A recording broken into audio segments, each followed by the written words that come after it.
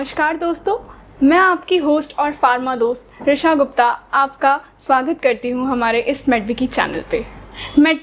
MedWiki को आपने बहुत सारा प्यार दिया।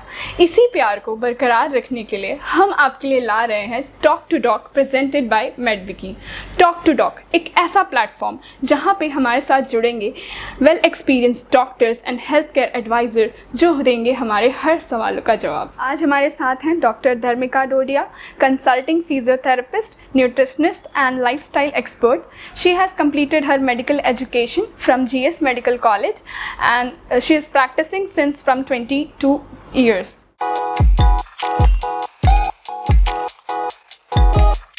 You're most welcome to MedWiki. तो मैम, मैं आपसे पहला क्वेश्चन ये पूछना चाहूँगी कि what is obesity according to you? Obesity means basically हम इसको अगर नॉर्मल भाषा में बोले तो मोटापा। जब बॉडी में फैट परसेंटेज काफ़ी ज़्यादा हो जाता है, जो हम वज़न के कांटे पे देख लेते हैं कि हाँ वज़न बढ़ गया, और हम हमारे सेल्फ को लेबल करते हैं ओबेस। सेकेंडली हम हमारे सेल्फ को कब ओबेस मेजर बताते हैं, जब हम BMI कैलकुलेट करते हैं। More than 25 we consider we are overweight, and if it's more than 30 we consider it's obese. Okay.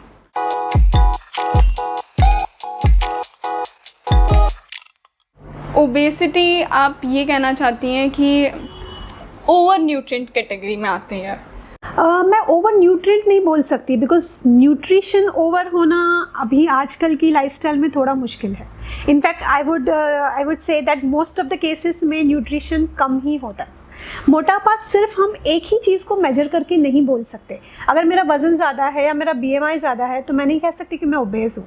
उसमें बहुत सारे फैक्टर्स आ जाते हैं, जैसे कि आपकी lean body mass, muscle mass, fat percentage, visceral fat, BMI, बहुत सारी चीज़ों का मीन्स देखना रहता है। मोटापा होना का मतलब सिर्फ यही नहीं है कि आपका वज़न ज़्यादा है या आपका BMI ज़्यादा है।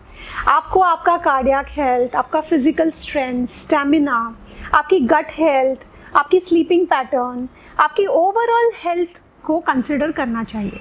जब हम आजकल क्या होता है, हम देखते हैं कि हमारा 5 किलो वज़न ज़्यादा है और हम अपने आप को ओबेसिटी की कैटेगरी में डाल देते हैं। बट एक्चुअली आपको ये सारी चीज़ों को देखना ज़रूरी है कि आपकी बॉडी में फ़ैट परसेंटेज कितना है, लीन बॉडी मास कितना है, आपकी लाइफस्टाइल क्या है, आपकी हेल्थ क्या है। अगर आप हेल्दी हो, यानी कि सपोज़ आपका वज़न थोड़ा ज़्यादा है बट आपका लीन बॉडी मास अच्छा है, नॉर्मल है, आपकी फ़ैट परसेंटेज भी नॉर्मल है, तो मैं नहीं कहूँगी कि आप ओबेस हो। आपका स्टेमिना अच्छा है, आप हेल्दी हो, आपकी इम्यूनिटी अच्छी है, तो I would never put you in the category of obesity. Vice versa अगर कोई बंदा है जो थिन है बट उसके ये सारी मेजरमेंट्स रॉन्ग है, यानी कि उनकी फ़ैट परसेंटेज ज़्यादा है, लीन बॉडी मास कम है, स्टेमिना कम है, इम्यूनिटी लो है, तो मैं बोलूँगी वो फिट है? नहीं, right? So obesity doesn't mean just overweight. Okay, तो मैम ये फैट होता है कि बैड फैट क्या है, गुड फैट्स क्या है, मतलब क्या है ये bad cholesterol, good cholesterol, what is it? See basically जब हम कोई भी चीज़ खाते हैं तो उसमें डिफरेंट टाइप्स ऑफ फैट्स होते हैं, जैसे saturated fats, trans fats, unsaturated fats, right? तो जो ट्रांस फैट्स और सैचुरेटेड फैट्स है उसे हम बैड फैट्स कहते हैं। जो ज़्यादातर प्रोसेस्ड फैट्स जैसे कहते हैं, जैसे कि अगर आप चिप्स खा रहे हैं तो उसमें ट्रांस फैट्स है, processed cheese, processed butter, this is all saturated fats, right? Hydrogenation जो होता है, ऑयल को हाइड्रोजनेटेड करके, जैसे मियोनेज खाते हैं हम, right? That is again bad fats. What is good fats? Good fats हम कहते हैं घी, एवोकाडो में जो फैट्स है वो गुड फैट्स है, जो ड्राई फ्रूट्स में फैट्स है वो गुड फैट्स है, राइट? ये फैट्स होते हैं जो हमारे बॉडी के लिए अच्छे होता है, right? So we have to see कि आप अगर हमारे डाइट में फैट्स ले रहे हैं तो आप कौन से फैट्स ले रहे हैं। इसलिए पहले के ज़माने में देसी घी खाया करते थे ना, गाय का घी जो बोलते हैं, इट्स गुड फैट्स। तो आजकल कैसे होता है कि लोग घी कट डाउन कर देते हैं और पिज़्ज़ा में चीज़ चल जाता है, राइट? तो अगर आप फैट्स ले रहे हो तो आप देखो कि आप गुड फैट्स ले रहे हो, क्योंकि वो हमारे बॉडी के फंक्शंस के लिए बहुत ज़्यादा ज़रूरी है।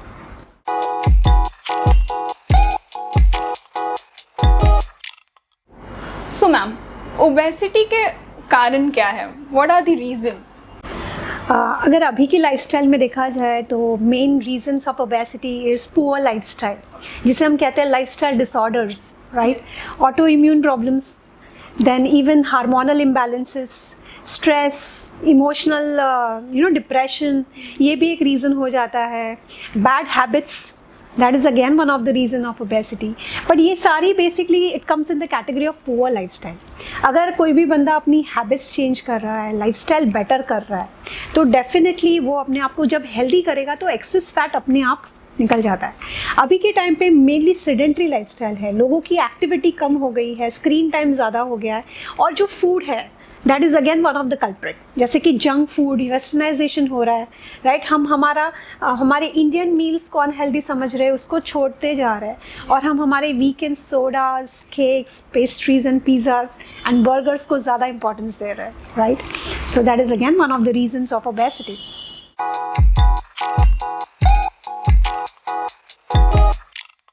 What is the right way to cure this obesity? First of all ये बहुत ज़रूरी है कि पहले आप जानिए कि आपकी ओबेसिटी का रीज़न क्या है. सिर्फ आपने कोई भी जिम ज्वाइन कर लिया या कोई यूट्यूब पे कोई लाइक डाइट देख ली and you start losing weight without knowing that what exactly you are losing. क्या आप अपनी लीन बॉडी मास, आपकी मसल लूज़ कर रहे हो, वाटर रिटेंशन कम हो रहा है, या एक्चुअली फैट लूज़ हो रहा है, राइट. आपकी बॉडी का स्टेमिना बेटर हो रहा है, आपकी कार्डियक हेल्थ कॉम्प्रोमाइज़ हो रही है या बेटर हो रही है, आपकी गट इश्यूज रिजॉल्व हो रहे हैं क्या या बढ़ रहे हैं विद डाइट एंड एक्सरसाइज. तो अगर आप इस तरह से लाइक लेमैन के जैसे आप करेंगे तो definitely you will fall into some trap. या तो हार्मोनल इम्बैलेंसेस होने लगते हैं जिसके वजह से शुरुआत में तो वज़न अच्छा खासा कम हो जाता है, but after 4-5 months you tend to develop it double कर लेते हैं आप अपना वज़न. और ये हम अक्सर ऐसे पेशेंट्स आते हैं जो वेट लॉस गलत तरीके करने के बाद वो वेट गेन होके और कोई प्रॉब्लम के साथ बंदा आ जाता है, right. So it's very important to actually find the right person, expert, जो आपकी हेल्थ को स्टडी करे, आपके प्रॉब्लम्स को समझे और उसके लिए आपको ट्रीट करे, और वो आपकी हेल्थ पे पहले फोकस करे, not just the weight loss.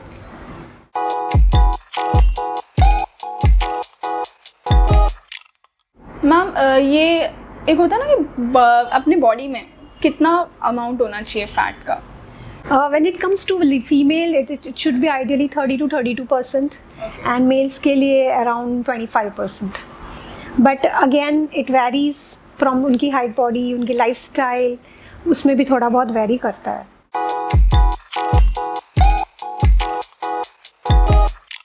So ma'am आपने जैसे बताया कि लाइफस्टाइल डिसऑर्डर, इस डिसऑर्डर को हम कैसे क्योर कर सकते हैं, हम अपनी मतलब बोलते हैं ना कि डेली रूटीन से? Definitely first of all you have to change your habits सबसे पहले आ जाती है. स्लीप पैटर्न आ जाता है, राइट. आइडियली अगर हम हेल्थ की बात करें तो हमें देखना चाहिए कि हमारी फिजिकल हेल्थ कैसी है, हमारी मेंटल या इमोशनल हेल्थ कैसी है, how is your gut health, how is your cardiac health, and how is your circadian rhythm, यानी कि आपकी नींद, आपकी टाइमिंग्स ऑफ फूड, क्या ये सारी चीज़ें बराबर जा रही है. क्योंकि आजकल की काफ़ी न्यू जनरेशन है जो नाइट ड्यूटी करती है, राइट. तो दे शुड हैव, उनका डिफरेंट डाइट होना चाहिए, डिफरेंट एक्सरसाइजेज होनी चाहिए, राइट. तो ये सारी चीज़ों को ध्यान में रखते हुए जब आप वेट लॉस करते हैं या आइडियल हेल्थ पे पहुंचते हैं, गुड हैबिट्स डेवलप करते हैं, तो इसकी जो इफ़ेक्ट है ना वो काफ़ी लॉन्ग लास्टिंग रहती है. लाइक आई ऑलवेज बिलीव कि जो आप लाइफस्टाइल या हैबिट्स जो भी आप अपने रूटीन में इनकलकेट कर रहे हो, क्या आप ये लॉन्ग पीरियड ऑफ टाइम तक कंटिन्यू कर पाओगे? अगर आपको लग रहा है मैं सिर्फ ये 1 महीने तक ही मैं ये डाइट कर पाऊंगी या एक्सरसाइज कर पाऊंगी, फिर तो शायद छूट जाएगा, तो शायद you will lose out on your health too. हाँ, बट अगर आप एक ऐसे हैबिट में जा रहे हो जो एक रूटीन बन गया and for years together you can continue with it, I'm sure you will also maintain your health and you will have a long lasting results.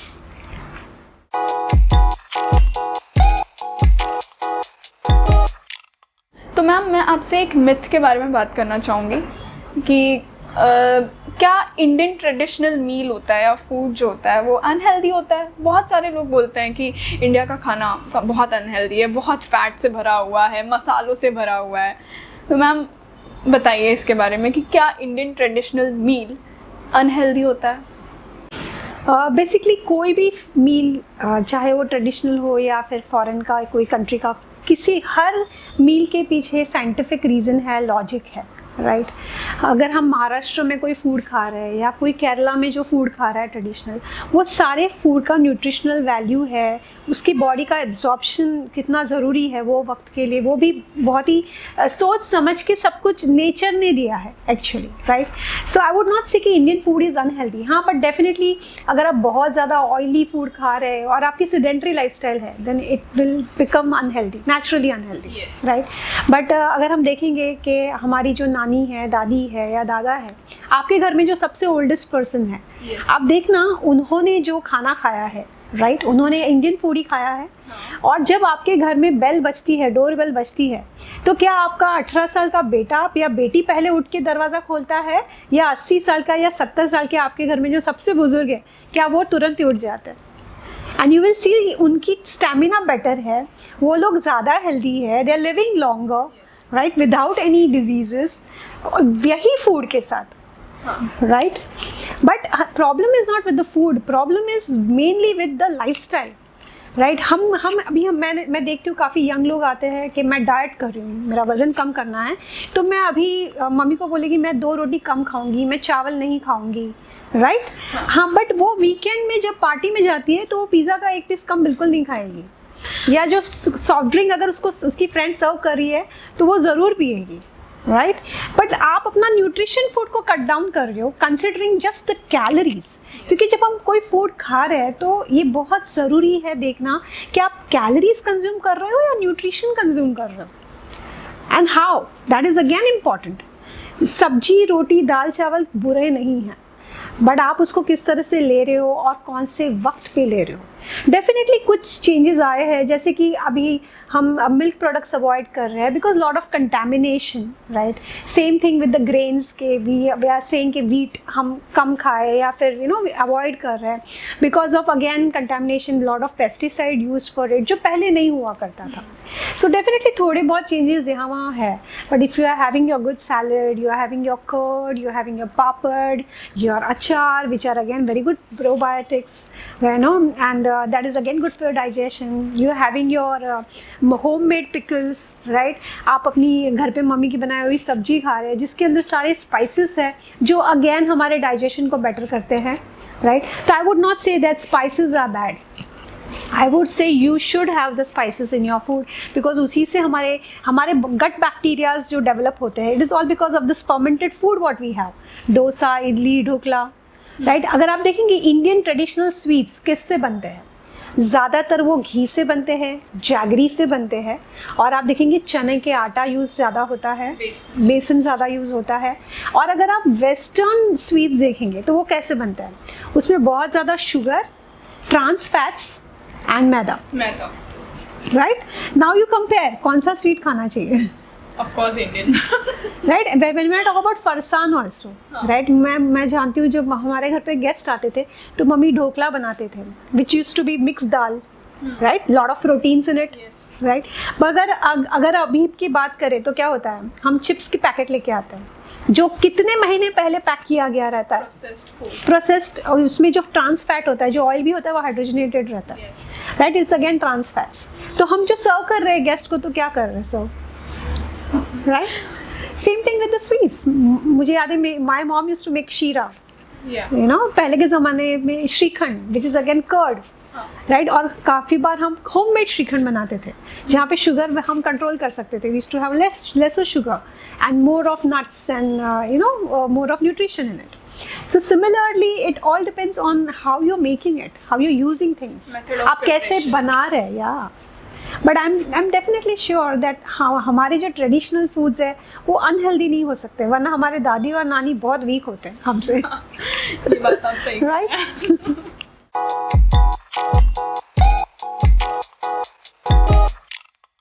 So ma'am, what is the right method to lose weight? सही तरीका क्या है weight loss करने का? I know ये बहुत ही most wanted question है ना. Yes. आई नो सही तरीका, सबका तरीका सही होता है, nothing wrong in it, but the how we do it is, मैं basically I have a 100-day programme जहाँ पे पहले मैं डिटॉक्स पे फोकस करती हूँ, यानी कि I help them correct their problems like their gut issues और देयर स्लीप पैटर्न्स वगैरह, जो करेक्शन है वो पहले हम करते हैं. Second, I help them with new habit formation. यानी कि सही वक्त पे खाना खाना, सही वक्त पे सोना, सही फूड कौन से वक्त पे लेना है, कुछ अगर रॉन्ग हैबिट्स है उसको करेक्ट करना वगैरह। And lastly helps in a transformation, जिसे हम कहते हैं लाइफस्टाइल चेंज, राइट। जब हम ये करते हैं फिर उसी को मेंटेन करना है, and you can maintain your weight also, and you can actually shut off your excess fats, right. और ये सारी चीज़ें जो होती है उसमें हम 4 थिंग्स ध्यान में देते हैं। First of all we give a nutritious diet. Secondly adequate exercise. हर बंदे के लिए डिफरेंट सेट्स ऑफ एक्सरसाइज होता है, it is a custom made programme. ऐसा नहीं होता कि हाँ अगर इसने 1 घंटा भाग के का वज़न कम कर लिया, इसको भी 1 घंटा भगा के वज़न कम करो, ऐसा नहीं होता, राइट। अपना जो एक्सरसाइज का जो पैटर्न रहता है, लाइक हाई इंटेंसिटी एक्सरसाइजेज होती है, स्ट्रेंथनिंग एक्सरसाइजेज होती है, स्टेमिना एक्सरसाइजेज होती है, तो वो हर बार हमें टर्न करके अकॉर्डिंगली देना रहता है। Thirdly nutritional gap clearance. काफ़ी बार in fact most of the time nutritional deficiencies create होती है, जैसे कि B12 deficiency, vitamin D deficiency, manganese, zinc. ये आप या तो ब्लड टेस्ट करके फाइंड आउट कर सकते हैं, या फिर अगर आपको पता है लाइक थोड़े सिम्टम्स पे भी पता चल जाता है, आयरन कम है वगैरह, तो वो हम डेफिशिएंसीज पे भी काम करते हैं। And ultimately comes a lifestyle change, जिसके बिना कोई भी वेट लॉस पॉसिबल नहीं होता, राइट। जब हम लाइफस्टाइल चेंजेस ठीक से करते हैं तब हमें गुड मेंटेनेंस मिलता है, राइट। यानी कि अगर हम 4th या 5th या 6th मंथ में भी रहते हैं तो भी अगर आपका एक्स्ट्रा वेट है वो शेड ऑफ हो रहा है, भले आपने 100 डेज प्रोग्राम कंप्लीट किया, but still you will continue being healthy, you will continue losing your extra weight और maintaining your lost weight, right? So that is what we do. We have certain machines, like we have FIR sauna for detox, which helps in correction of certain problems. And definitely हम उनको maintenance पे डालते हैं, तो हम उनको regularly follow-ups करते हैं, right? We motivate them to pick up the right habit, the right way of exercises, and the right food choices. So definitely all this helps, and उनको weight loss अच्छे से होता है.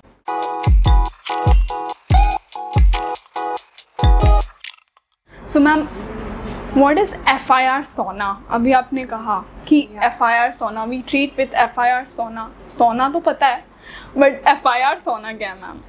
हमने सोना के बारे में सुना है, जब हम जिम्स में रहते हैं, काफ़ी सोसाइटीज़ में भी रहते हैं, स्टीम होता है, पसीना आता है, एंड वो जो पानी बाहर आता है, you feel you lost weight. Yes, but ऐसा नहीं होता। दैट इज़ मेनली जो आपका एक्सेस वाटर रिटेंशन जो होता है वो ही हो रहा है। बट जो फैट लॉस जो होता है उसके लिए हमें कुछ डीप टेक्निक्स चाहिए, यानी कि हमें ऐसा कुछ चाहिए जो हमारे बॉडी में डीप पेनिट्रेट करता है। जो नॉर्मल सोनाज है उसका कोई पेनिट्रेशन नहीं होता हमारे बॉडी में।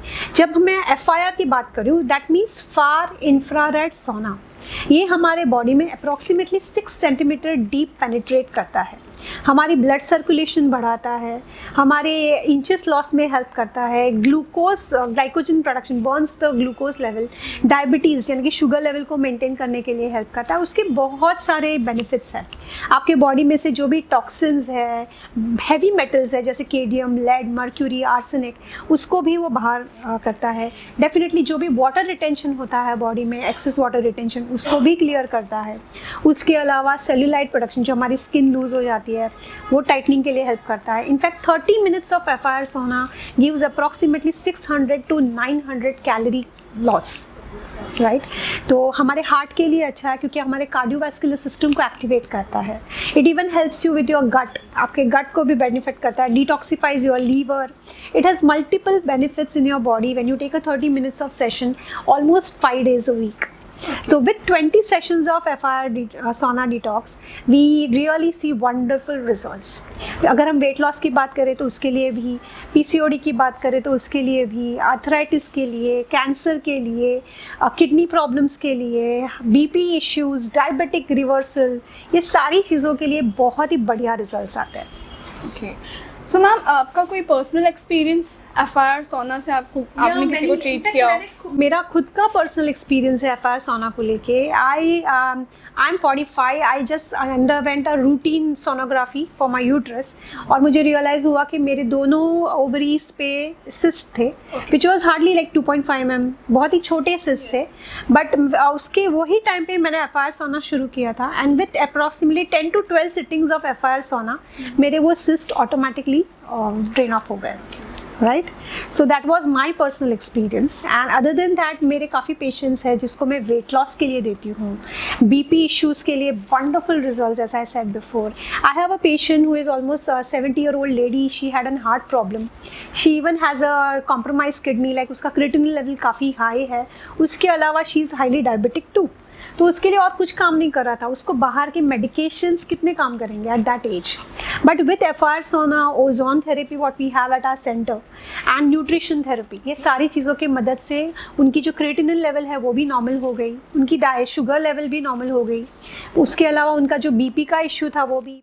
मैम जैसे कि आपका सेंटर है ये सारी ट्रीटमेंट्स को लेके, तो मैम आप इसे कैसे ट्रीट करती हैं? यहाँ हमारा जो SSV हेल्थ केयर सेंटर है मीरा भाईंदर में, we have many services over here. Basically हमारा जो मोटो है that is that to get an healthier outside it begins with an healthier inside. तो हमारा मेन फोकस यही रहता है कि हम सिम्टम्स के साथ साथ जो रूट कॉज है या जो मेन प्रॉब्लम है उसको हम अप्रोच करें. हम उनकी हिस्ट्री टेकिंग प्रॉपरली करते हैं, इन्वेस्टिगेशंस, ब्लड रिपोर्ट्स, जो भी ज़रूरी है. We try to find the cause, the reason. काफ़ी बार इमोशनल रीज़न भी होता है, कोई स्ट्रेस होता है, पास्ट हिस्ट्री रहती है जिसके वजह डिप्रेशन रहता है और वो ओबेसिटी कॉज करता है, राइट. तो वो सारा proper history taking and investigation is very very important. तो that is the main part of the treatment. तो विथ प्रॉपर इन्वेस्टिगेशन उसके साथ साथ हमारे पास मल्टीपल थेरेपीज़ है. जैसे कि वी हैव ओजोन थेरेपी. जैसे O2 is oxygen and O3 is ozone. Ozone जब हमारे बॉडी में डिफरेंट फॉर्म्स में देते हैं तो वो काफ़ी बीमारियां यानी कि इन्फ्लेमेशन को कम करता है, हीलिंग करता है, right. Then we have advance physiotherapy जहाँ पे हमारे पास ऐसे मशीन्स है, जैसे we have electromagnetic therapies, we have traction, ultrasound, IFT and so many physiotherapy machines जहाँ पे हम स्पॉन्डिलोसिस, साइटिका, फ्रोजन शोल्डर, ऐसे सारे प्रॉब्लम्स ट्रीट करते हैं. And of course we have FR Sauna detox. As I said, detox is the main thing for any problem. अगर कोई back pain के लिए भी आ रहा है तो ozone therapy and detox works wonders along with physiotherapy. So we have this a combination therapy. हमारे पास एक मैं बोलूँ तो natural holistic integrated approach है towards anyone's problem, right? उसके अलावा we have न्यूट्रिशनल थेरेपी जहाँ पे हम न्यूट्रिशनल गैप क्लियरेंस करते हैं and we treat patient with just vitamins. Instead of medicines, we treat them with vitamins. जैसे we have a wonderful case, I had a beautiful case of psoriasis, right? My husband is also a doctor, so we both work together over here. तो psoriasis का case था जो steroids वगैरह सब कुछ लेके तंग आ गई थी लेडी एंड कुछ भी काम नहीं कर रहा था. In her case just with ozone therapy and vitamin D supplementation in right doses उनको कंप्लीट क्योर मिला, right, without any steroids. So this was a miraculous result what we got for psoriasis patients. So nutritional therapy is again wonderful और ये सारी therapies के कोई भी side effect नहीं है, right?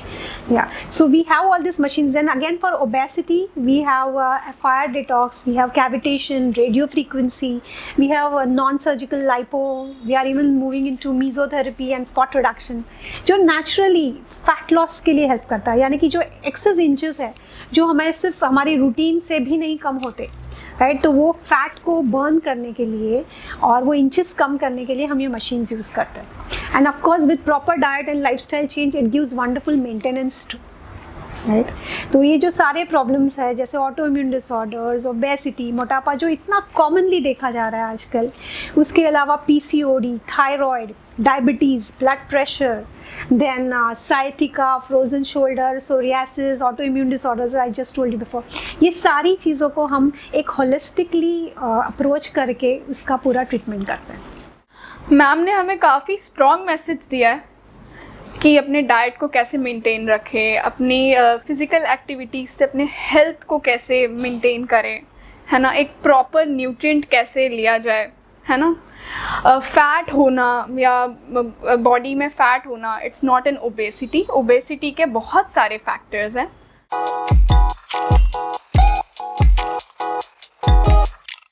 मैम अभी हम एक और क्वेश्चन आपसे पूछेंगे कि what is the importance of supplements. Supplements आजकल बहुत ट्रेंड में चल रहा है कि विटामिन C खाओ, विटामिन D3, विटामिन D खाओ, है ना, ओमेगा 3, है ना. तो मैम क्या है ये एक्चुअली? इसका मेन रीज़न है जो न्यूट्रिशनल गैप क्रिएट होता है हमारे बॉडी में, और उसका वो रीज़न है क्योंकि हम जो फ्रूट्स खा रहे हैं उसमें भी केमिकल्स है, हम जो वेजिटेबल्स खा रहे हैं उसमें भी केमिकल है, और ये सब के साथ साथ हम जो जंक फूड खा रहे हैं वो हमारे गट के माइक्रोबियंस यानी कि हमारे डाइजेशन को वीक कर रहे हैं। तो अगर हम कुछ अच्छा खा भी रहे हैं तो क्या वो हमारी बॉडी एब्जॉर्ब कर पा रही है, ये हमें नहीं पता। The most important thing is absorption of the nutrients, right. अगर आपकी गट इशू है, आपके माइक्रोब्स बराबर नहीं है, तो आप राइट फूड खा रहे हो बट वो एब्जॉर्ब नहीं कर रहा है, तो आपको लगेगा नहीं मैं तो रोज फ्रूट्स खा रहा हूँ तो मुझे क्यों मेरा क्यों विटामिन्स कम है या मिनरल्स कम है, राइट। तो हमें नहीं पता कि वो क्या रीज़न से हो रहा है, और प्लस केमिकल्स इतने हैं, हम पोल्यूशन में इतना रह रहे हैं, राइट। वो बहुत इंपॉर्टेंट फैक्टर है, और ये जो न्यूट्रिशनल गैप क्रिएट होता है वो हमारे बॉडी के फंक्शंस को बहुत ही बुरी तरह से डिस्टर्ब करता है। अगर मैं सिंपल बात करूँ, B12 एक बहुत ही आई थिंक 2 to 3 रुपीज़ की एक टैबलेट है, the cheapest supplement I would say, but उसका रोल कितना इंपॉर्टेंट है। अगर आपके बॉडी में B12 कम है तो आपकी होमोसिस्टीन लेवल डिस्टर्ब हो जाती है, अगर आपकी होमोसिस्टीन लेवल डिस्टर्ब हो जाती है तो आपके हार्ट में ब्लॉकेजेस होना शुरू हो जाता है। अगर आप रिलेट करोगे 2 रुपए की B12 और हार्ट अटैक है ना, हम कभी वो चीज़ को कनेक्ट नहीं कर पाएंगे, पर कितना इंपॉर्टेंस है वो B12 का। Yes ma'am, right. और अगर जो वेजिटेरियंस है उसमें उनके में काफ़ी, और it's a very common deficiency, अगर आप 10 जन के रिपोर्ट कराओगे तो उसमें से 7 से 8 जन का B12 कम होगा ही। Same thing with vitamin D. Vitamin D एक विटामिन ही नहीं है, but it is like a hormone acting in your body, जो मल्टीपल ऑर्गन्स और मल्टीपल जगह पे उनका रोल है। अगर वो डेफिशिएंट हो गया तो आपके हार्मोन्स डिस्टर्ब हो रहे हैं, आपकी हड्डियाँ भी वीक हो रही है, आपका बाकी के एब्जॉर्प्शंस भी हैम्पर हो रहे हैं, राइट। सो ये जो बेसिक है जैसे कि कैल्शियम है, मैंगनीज है, zinc, right, omega 3, this are the things which we need daily. Vitamin C, चलो हमने संतरे की सीज़न है, हमने रोज़ संतरे खा लिए, आंवले की सीज़न हमने रोज़ आंवले के जूस पी लिया, मगर अगर आज मेरे बॉडी में जो विटामिन सी गया है, अगर एक्सेस गया है, it will go out, body उसको स्टोर नहीं करती, बॉडी सारे न्यूट्रिशन को स्टोर नहीं करती, तो हमें वो रोज़ खाने पड़ते हैं, राइट। तो ऐसे कुछ विटामिन हैं जिसकी हमें रोज़ ज़रूरत रहती है, और हमारा फूड, डेली फूड रोज़ का सेम नहीं होता, और एज आई सेड एब्जॉर्प्शन भी कॉम्प्रोमाइज है, आई डोंट नो। तो इसीलिए हमें कुछ सप्लीमेंट्स की ज़रूरत होती है, मगर आप ऐसे ही रैंडमली कोई भी सप्लीमेंट उठा के नहीं खा सकते। आपको आपका ब्लड चेकअप करना चाहिए, आपके जो डॉक्टर है उससे बात करनी चाहिए, स्पेशली जो डॉक्टर आपके डाइट को, न्यूट्रिशन को समझते हैं और इम्पॉर्टेंस समझते हैं, राइट। क्योंकि वो भी हर डॉक्टर का नहीं फील्ड रहता है, हर का फील्ड नहीं है वो, राइट, उनकी एक्सपर्टीज़ नहीं है वो, तो वो भी जानना ज़रूरी है आपकी नीड क्या है। ऐसा नहीं कि मुझे अगर ओमेगा 3 पसंद तो मैं वही खाती रहूँ नहीं, मेरे बॉडी की नीड क्या है, राइट। तो अगर हम अपना रियल नीड फाइंड करें, हमें पता चले, और फिर अगर आप वो न्यूट्रिशनल गैप को करेक्ट करो तो आपके आधा से ज़्यादा प्रॉब्लम्स उसी में क्लियर हो जाएंगे। अगर आपका हीमोग्लोबिन कम है, आपको सिर दर्द होता रहेगा, आप दवाइयाँ खाते रहोगे, क्या मतलब है। एक बार आयरन चेक करा लो, पता चल गया आयरन कम है, तो आप अपने डाइट में नेचुरल फूड में भी बढ़ा दो, और प्लस थोड़ी सप्लीमेंट्स भी शुरू कर दो। खुद से ट्रीटमेंट ना करें, better to get advice. Definitely, because आप सिर्फ यूट्यूब में कोई वीडियो देख के या इंस्टा पे कोई रील देख के ये खाने लगे, वो पीने लगे, वो जूस लेने लगे, you don't know what's happening inside, right. और मैम आजकल काफ़ी ट्रेंड में चल रहा है ये सोशल मीडिया में भी, यू नो, हैव दिस है ना, चिकपीस खाने से protein, it's a good source of अच्छा है, कुछ बुरा नहीं है, चिकपीस भी अच्छे हैं, कैरेट जूस भी अच्छा है, बीटरूट सैलेड भी अच्छा है, प्रॉपर एडवाइस। या यू शुड नो कौन सी चीज़ कितनी खानी चाहिए, कब खानी चाहिए, तो ये जानना ज़रूरी है। इन शॉर्टली मैम हमको इसका आंसर ये मिलता है कि सप्लीमेंट्स खाना ठीक है, इट्स इम्पॉर्टेंट, बट उसका एब्जॉर्प्शन उससे ज़्यादा इम्पॉर्टेंट है हमारी बॉडी के लिए। वही, अगर आप सप्लीमेंट खा रहे हो वो भी अच्छे से एब्जॉर्ब हो रहे हैं कि नहीं, क्योंकि सप्लीमेंट खाने से पहले भी आपको अपना गट इशू रिजॉल्व करना चाहिए। So that is where the role comes of an expertise, जो आपकी सारी चीज़ों को करेक्ट कर रहा है और फिर हमें राइट चीज़ें दे रहा है। Thank you so much ma'am, आपने अपना टाइम दिया हमें और इतनी सारी हमने बातें की, हेल्थ इश्यूज़ पे, लाइफस्टाइल डिसऑर्डर्स पे, हमने मल्टीपल टॉपिक कवर किया मैम। और उससे भी ज़्यादा थैंक यू मैं इसलिए करना चाहूँगी, आप हमारे साथ जुड़े और आप हमारे प्लेटफॉर्म पे आए और आपने एडवाइस दी। Thank you Risha. अगर आप डॉक्टर धर्मिका जी से पर्सनली कंसल्ट करना चाहते हैं, do visit her SSV health care centre, जहाँ पे वो पर्सनली ट्रीट करती हैं लोगों को, जो मीरा भाईंदर में सिचुएटेड है।